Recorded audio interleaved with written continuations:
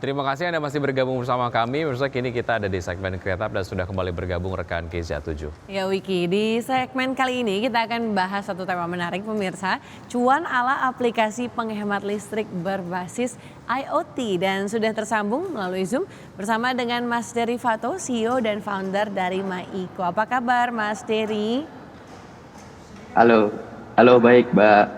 Baik, terima kasih sudah bergabung bersama kami Mas Dery. Kalau kita lihat nih, ataupun mungkin dari point of view Anda lah ya, bagaimana sih Anda melihat pola konsumsi listrik masyarakat Indonesia sejauh ini, apakah kemudian boros atau seperti apa? Jadi sebenarnya setiap tahunnya itu ditargetkan meningkat ya kalau dari pemerintah. Jadi 2023 kemarin kan sebenarnya meningkat 14% ya. Nah dari 14% itu angkanya sekitar 1.300-an. Nah dari target itu sebenarnya kalau dari sumbernya atau supply-nya itu sebenarnya oversupply dari sampai 6 gigawatt. Nah, tapi dari segi konsumen di rumah tangga itu penggunaan melonjak drastis terutama di masa pandemi karena orang-orang WFH, orang-orang udah di rumah dan semua orang di rumah konsumsi listriknya meningkat. Nah, kalau dari pengeluarnya sebenarnya orang sudah tahu listriknya mahal karena pandemi situ. Tapi kalau dari segi perusahaan karena karyawan mungkin kurang tahu pembiayaan atau pembayaran listrik atau kos listriknya. Jadi tanggungannya kan dibayarkan bukan oleh karyawan tapi oleh divisi tertentu. Nah, pembayaran listrik akhirnya kurang peduli, karyawannya kurang peduli dan kalau di rumah kan case-nya adalah bapak atau ibunya akan marahi anaknya kalau lupa matikan AC. Tapi kalau di perusahaan kan akan kosnya akan tinggi karena perusahaan karyawannya belum aware sehingga listriknya akan juga tinggi tapi dari segi lingkungan juga akan berdampak. Itu sih kalau dari emisinya juga akan berdampak. Oke, berarti dari sisi menurut Anda, dari analisa Anda, dari sisi supply-nya sebetulnya oversupply, tapi konsumsinya ini melonjak memang setelah pandemi. Dan yang mau difokuskan adalah apalagi yang terjadi ketika di perusahaan, karena mungkin tidak terpantau atau mungkin terpantau bagi manajemen mungkin karyawan spending aja menggunakan listrik gitu aja ya. Nah, dari pola tersebut kemudian yang berusaha diubah sehingga kemudian penghematannya bisa dilakukan dari MyEco, solusinya seperti apa Mas Dery Fato? Oke, jadi sebenarnya yang kita rubah adalah fundamentalnya ya. Sebenarnya ada atau tidak adanya teknologi itu sebenarnya membantu aja. Tapi yang kita fokuskan di sini adalah fundamentalnya yaitu budaya.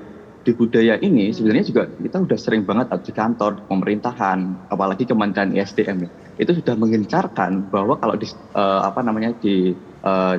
on off-nya lampu itu atau di saklarnya lampu ada tulisannya kalau nggak dipakai dimatikan, ada tulisannya hemat listrik, matikan lampu di siang hari atau tidak gunakan. Nah itu sebenarnya sudah terjadi yaitu budayanya. Tapi penghematan itu terjadi simpel karena apalagi kalau pakai MyEco ya. Jadi simpelnya adalah kalau nggak dipakai itu dimatikan. Budayanya seperti itu. Tapi case-nya di lapangan itu adalah borosnya karena malas, borosnya karena lupa, atau memang kayak tadi nggak peduli karena nggak tahu biaya listriknya. Sehingga terjadi di Indonesia datanya kan 30% pemborosan senilai 160 triliun. Dan itu akhirnya akan nilai yang tinggi itu bisa dimanfaatkan dengan hal-hal yang lebih bermanfaat lainnya. Dan solusi yang ada kalau kita cari di Google, habit-habitnya orang cari di Google atau di marketplace akan ketemu dua solusi, yaitu kapasitor bank jenisnya dan kartu ajaib. Namun dua produk itu sebenarnya nggak bisa hemat tagihan listrik dan dibuktikan oleh PLN nggak bisa hemat tagihan listrik. Tapi fun fact-nya adalah produk-produk itu terjual laris di pasaran, bahkan jutaan di marketplace. Jadi ketika kita lihat kartu ajaib jadi solusi penghematan listrik itu logikanya kalau kartu ditempelkan ke token gimana bisa hemat itu kan mungkin juga secara logika nggak masuk, tapi secara demand-nya tinggi banget. Jadi jelas secara demand-nya tinggi, masalahnya juga boros tadi nyata, males orang boros dan lain sebagainya, tapi belum ada solusi yang nyata. Sehingga ya perlu solusi yang spesifik. Ya, ini mengerucut ke solusi apa yang Anda tawarkan melalui MyEco? Oke, jadi kalau dari MyEco sendiri kita buat solusi yaitu software dan hardware yaitu kayak seperti smart home untuk otomatisasi. Jadi kita bukan manipulasi, kita nggak main listrik, buka token dan sebagainya. Kita buat otomatisasi atau kemudahan manajemen sehingga kita udah dipakai di 19.000 customer user, 38 provinsi di 4 negara dan case-nya sama. Kita membentuk fundamentalnya yaitu budaya, kalau nggak digunakan ya dimatikan. Nah dari budaya itu sehingga bisa efisiensi listrik sehingga case-nya adalah kamar mandi yang mungkin nggak dipakai otomatis mati, orang masuk nyala, orang keluar mati. Sehingga dari otomatisasi itu kita nggak manipulasi tapi merubah budayanya. Dari hardware yang kita jual, dari software yang kita punya, dari fitur-fitur yang kita ada, customer bisa analisa, bisa beli produknya, dari analisa bisa beli produknya, bisa monitor penggunaan, bisa bayar listrik, sehingga konsumsi dari penggunaannya bisa tercover, bisa termanage dengan bagus dan terotomatisasi dengan mudah. Oke, kalau mungkin secara spesifik Mas Dery, seperti apa cara kerjanya? Apakah kemudian dari mulai analisa, oh ini terjadi pemborosan, itu juga dari MyIko atau kemudian langsung, jadi sudah ketemu nih ada masalahnya pemborosannya terjadi, lalu MyIko turun tangan. Nah seperti apa secara spesifiknya, apakah dari end to end, atau kemudian lalu bagaimana kemudian kerjasama ini dilakukan? Apakah memang terjadi penjualan mungkin dari hardware-nya atau software-nya, atau seperti apa Mas Dery?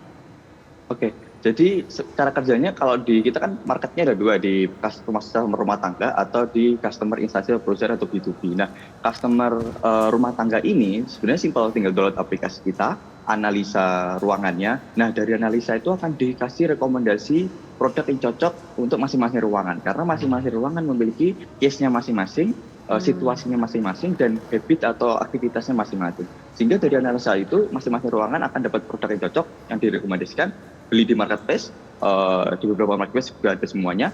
Lalu setelah dibeli dapat install atau dipasang, tinggal plug and play, tinggal pasang.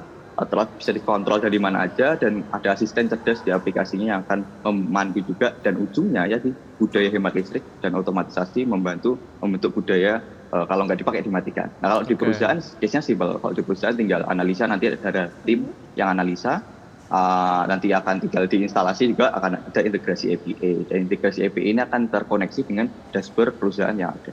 Gitu sih. Oke, itu berarti alat yang dijual di marketplace tadi diproduksi oleh MyIko atau ada produsen lain atau gimana tuh Mas? Oke, jadi kalau dari hardware-nya sendiri di MyIko kita ada 50-an SKU, ada 50-an jenis produk. Nah itu kita sebagian produksi di Malang, sebagian juga kita sebar ke beberapa klien atau mitra kita, lebih tepatnya mitra dagang kita di beberapa pabrik di Jawa, dan ada beberapa juga yang komponen yang kita assembly dari luar. Oke, berapa banyak listrik yang bisa dihemat itu kita akan bahas usai jeda. Pemirsa tetap bersama kami di Create Up. Ya pemirsa, kami masih berbincang dengan Mas Dery Fato selaku co-founder dan juga CEO dari MyIko. Tadi kami bahas mengenai penghematan, mungkin by numbers Mas Dery. Berapa banyak listrik yang bisa dihemat kalau begitu?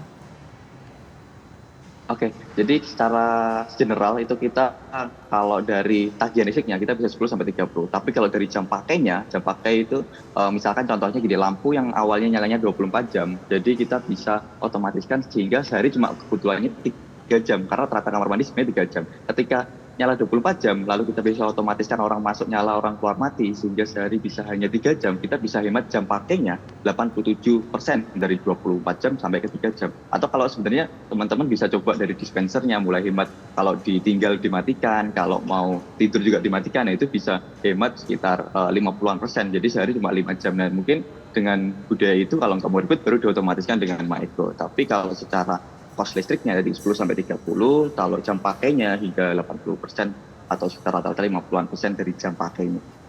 Oke, baik, menarik. Lumayan ya, bisa menghemat sampai dengan 30%-an gitu. Dan yang paling menarik adalah kan kalau kita kemanapun juga bawa handphone ya, kadang-kadang ada lampu yang kita tidak sempat matikan gara-gara kita malas untuk mencet saklarnya gitu ya. Tapi kalau sudah ada handphone tinggal dimatikan saja lewat handphone, terus lampunya mati dan juga listrik bisa dihemat gitu ya.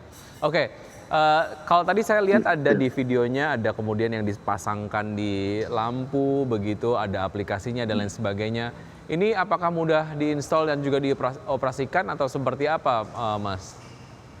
Oke, jadi kalau di rumah tangga atau di B2C kita tinggal pasang sih, ketika pasang lampu atau pasang colokan, nggak perlu potong kabel atau kita tahu elektrikal, kita tinggal pasang, konekkan ke WiFi, udah terkonek dengan aplikasi. Kalau di rumah tangga, kalau di perusahaan kita mungkin harus ada instalasi karena melihat struktur perusahaannya, dan kita harus ada konsultan yang melihat keamanan dan lain sebagainya. Kalau di rumah tangga sesimpel itu sih.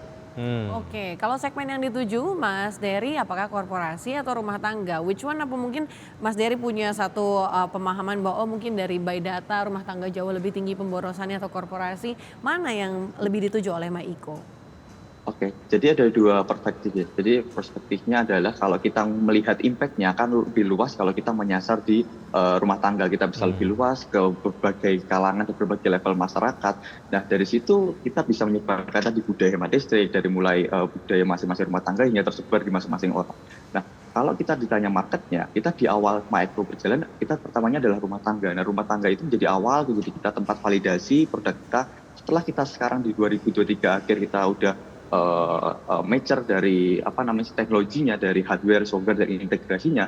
Di tahun ini kita fokuskan ke B2B, ke instansi dan seperti rumah sakit, kantor, dan kita juga mulai masuk ke mall dan beberapa gedung-gedung yang kita bisa otomatiskan.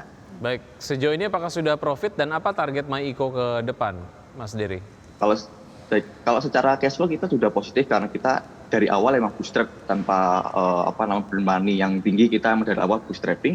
Nah dari bootstrapping itu kita punya mental bahwa ya cash flow-nya harus positif karena awalnya bootstrap itu ya kita dengan profit kita putar. Nah kalau dari fokus profit saat ini kita targetnya ke depan kita pengen jadi top of mind sih. Jadi top of mind, jadi kalau masyarakat cari penghematan listrik keluarnya MyEco, bukan produk yang kita sebutkan tadi di awal yang bisa hemat listrik. Nah kita fokus 2024 untuk ekspansi dan buat ke perusahaan-perusahaan, dan kalau customer kita ekspansi ke ASEAN di luar 4 negara tadi. Berarti artinya sudah dipakai di 4 negara tadi ya selain Indonesia ya? Yep, kita dipakai di Malaysia, Maroko, Turki, dan kita tahun ini ekspansi di ASEAN, di Asia Tenggara. Ini kalau kita lihat dari awal pendiriannya sampai dengan sekarang, seluruhnya menggunakan modal pribadi atau ada pendanaan dari investor atau ada funding yang didapat dari semacam kompetisi gitu, Mas? Oke, baik. Jadi kalau dari awalnya kita sebenarnya dari riset, dari validasi kita ikutkan lomba untuk kita dapat dana-dana hibah dari pemerintahan juga, dari BRIN, dari Kemenkominfo juga dan sebagainya. Nah dari situ awalnya juga kita juga pasti urun modal ya, dari founder-founder urun modal dan sampai ekspansi sekarang, dan mungkin baru tahun ini kita fundraising untuk VC atau investor. Oke, jadi pretty much mix antara modal sendiri dan juga berbagai macam hibah dan juga vendor capital begitu ya. Oke. Mas Fato, sukses untuk MyEco ke depannya. Terima kasih.